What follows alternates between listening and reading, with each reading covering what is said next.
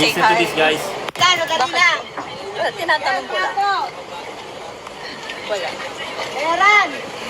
You know, you cannot enter the kingdom of Yan, God. Paco Ran, si Cruel. Embroidered in your body. I don't believe in God either.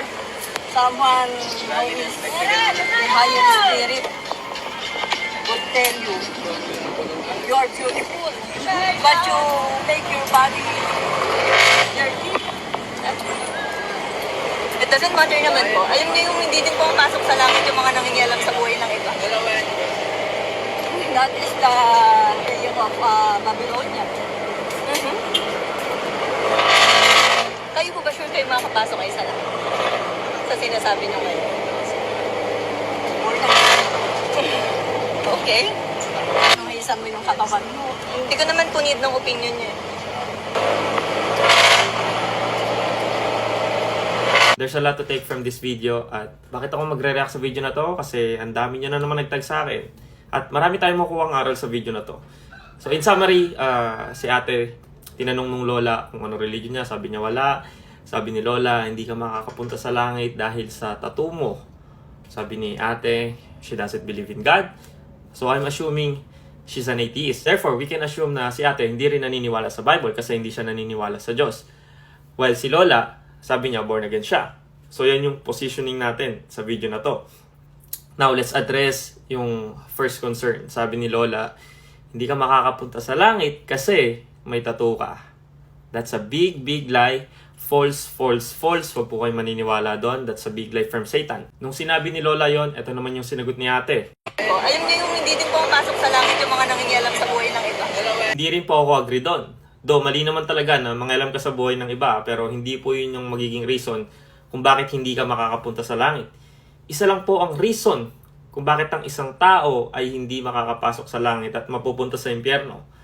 If you reject Jesus Christ. Because He is the only way to the Father. So if you reject the only way, saan ka dadaan? Now mag-focus tayo sa sinabi ni Lola since kinilim niya na believer siya. For me, that's not very Christian and that's very wrong. You cannot judge someone dahil lang may tattoo at sasabihan mo na hindi ka makakapasok sa langit dahil sa tattoo mo. At hindi porkit may tattoo ka ay hindi ka na maliligtas. Alam niyo po ba kung sino yung mga taong mapupunta sa impyerno? Ito, basahin natin. Don't you realize that those who do wrong will not inherit the kingdom of God? Don't fool yourselves. Those who indulge in sexual sin, or who worship idols, or commit adultery, or are male prostitutes, or practice homosexuality, or are thieves, or greedy people, or drunkards, or are abusive, or cheat people, none of this will inherit the kingdom of God. Sino yung mga taong yun? Tayong lahat yun. Sabi sa Bible, all liars will be thrown into the lake of fire. So nagsinungaling ka na ba sa buong buhay mo? If yes, you are hellbound. Deserve mo mapunta sa hell. We are all sinners. That's why we cannot condemn. But because of Jesus, we are cleansed. Ayun yung sumunod na verse dyan. Tignan nyo. And that is what some of you were. But you were washed. You were sanctified. You were justified in the name of the Lord Jesus Christ and by the Spirit of our God. Diba? Who are we to judge? We don't deserve His grace. But that's how His grace works. We don't deserve it, but He gave it anyway. Again, there's only one reason kung bakit di ka makakapunta sa langit. Unbelief. Rejecting Jesus Christ as your Lord and Savior. And that's not how we share the gospel. You cannot win so like that. Ang daming ganyan tao ngayon, wini-weaponize yung Bible para atakihin yung ibang tao. You hypocrite, first take the plank out of your own eye, and then you will see clearly to remove the speck from your brother's eye. Who are we to judge? Hindi natin pwedeng i-judge yung isang tao na hindi siya mapupunta sa langit dahil lang may tattoo siya.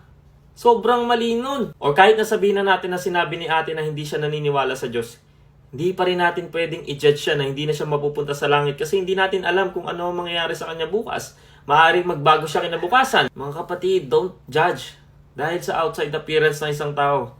That's not our job. Our job as a Christian is to share the gospel, to plant the seed. Ang daming ganyan ngayon. Yung iba nagkiklaim pa na Christian sila.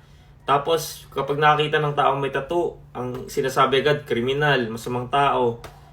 Nakikita niyo ba puso nila? Tama nga sabi sa Bible, people look at the outward appearance, but the Lord looks at the heart. Ang dami kong kilalang tao, punong-puno ng tattoo yung katawan, pero napakabuti ng puso. Yung iba, naglilingkod pa para sa Panginoon. Stop acting like, oh, I'm holier than you. Kasi nagbabasa ka ng Bible, kasi madalas ka magsimba. Stop it. Stop weaponizing the Bible. At ito pa yung gusto kong i-address, yung last part. Kayo po ba sure kayo makakapasok kayo sa langit? Sa sinasabi niyo ngayon. So, tinanong si Lola kung sure ba siya makakapasok siya sa langit. And then, medyo na speechless siya. Tapos, ang sinagot niya, born again ako. Well, technically, tama kasi John 3 verse 3, di ba? Kausap ni Jesus si Nicodemus. Unless one is born again, he cannot see the kingdom of God. Pero that's not the best answer. And if you are a real reborn Christian, di ba napakadaling sagutin ang tanong na yon? With confidence pa dapat kapag yun ang tinatanong sa ating mga tunay na Kristiyano.